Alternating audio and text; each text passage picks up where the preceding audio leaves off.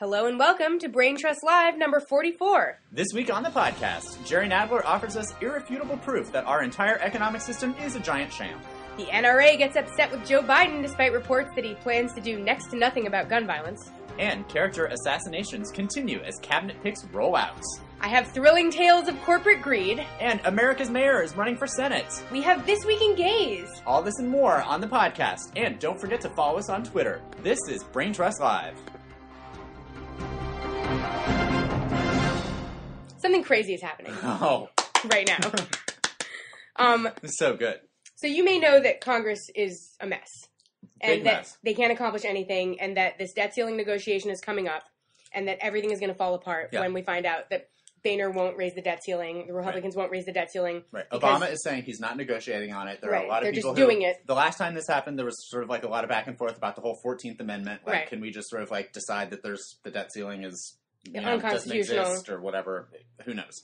We've got a better theory now that is coming out within the last couple weeks that is pretty fantastic. So some commenter on Firedog Lake left this, like a random comment on the blog that A while ago, too. floated this 2011. idea. Yeah, this was a while ago, and the reason that it suddenly got picked up is because I think Jerry Nadler was talking about it. Yeah. Like, he somehow knew. But I know. So anyway, the debt ceiling... Big Firedog Lake man. Jerry Yeah. Nadler. You know it. Read the comments every day. Of course. Yeah. Who doesn't? No. Loves a good, bizarre FDL. Firedog Lake. FDL. I got picked up by them once. One of my Guardian pieces got picked up by Firedog Lake. Really? So I'm an FDL veteran. Yeah, if you you read will. the comments, too. Oh yeah, I know. I don't read the comments. I just hope that they're hateful so that they get so a lot of clicks. But you love a good hate comment. I love a good hate comment. They generate clicks like nothing else. Yeah. In any case, the idea that he floated was that instead of negotiating the debt ceiling and dealing with all of this nonsense, we just print a coin that's worth like $1 trillion because there is an obscure law that was passed in, I think, 1992 that allows the president or the Treasury to print coins in any denomination they want. Yeah. So they can print in $1 trillion coin.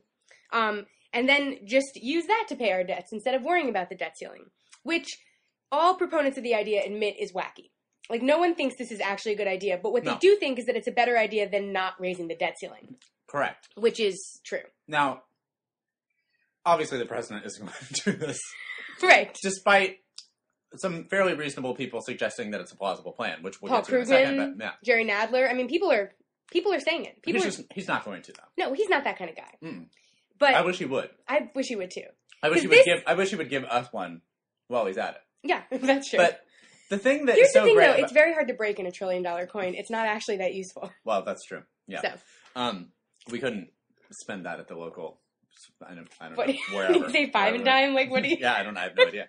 Local 5 and dime. But the thing that I love about this, besides the fact that it's so wacky, is that it has made me realize something that, well, I have realized on a lot of subjects during this podcast. Right. That I've realized that I have, like, come to your side on some things. I'm very reasonable. Not necessarily that I was not on your side. Right. But you have oftentimes talked about our economic system being basically entirely made up. It's made up. It's arbitrary. It can be changed tomorrow morning. You can say anything about it just by... you can change it by saying anything you want about it. And I don't know if it's just to make myself sleep better at night or what. Have often thought that there is probably some sort rhyme of and reason. Structure. There's rhyme and reason. People are, there's a way that this thing works. And this idea has made me realize that is, in fact, not the case.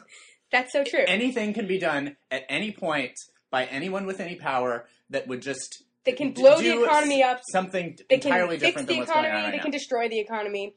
If I was president and said consumer confidence is down, consumer confidence would go down because everyone would be like, oh, I guess consumer confidence should be down. I'm not going to spend any money.